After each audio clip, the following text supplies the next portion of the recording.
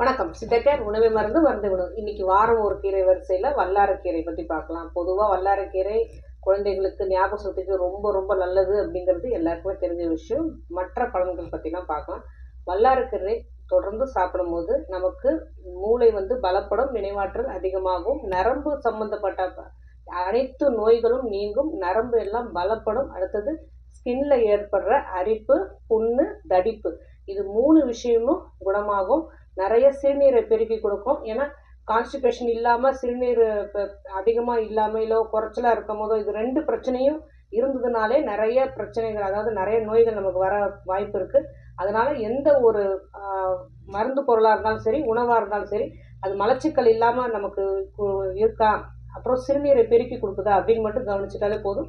வல்லாரைக்கீரை சிறுநீரை பெருக்கி கொடுக்கும். அதேமாதிரி வாய்வு தொல்லையை நீக்கும். இந்த வல்லாரைக்கீரையை டெய்லி சாப்பிட முடியல அப்படின்னா ஒரு வல்லாரை சூர்ணம்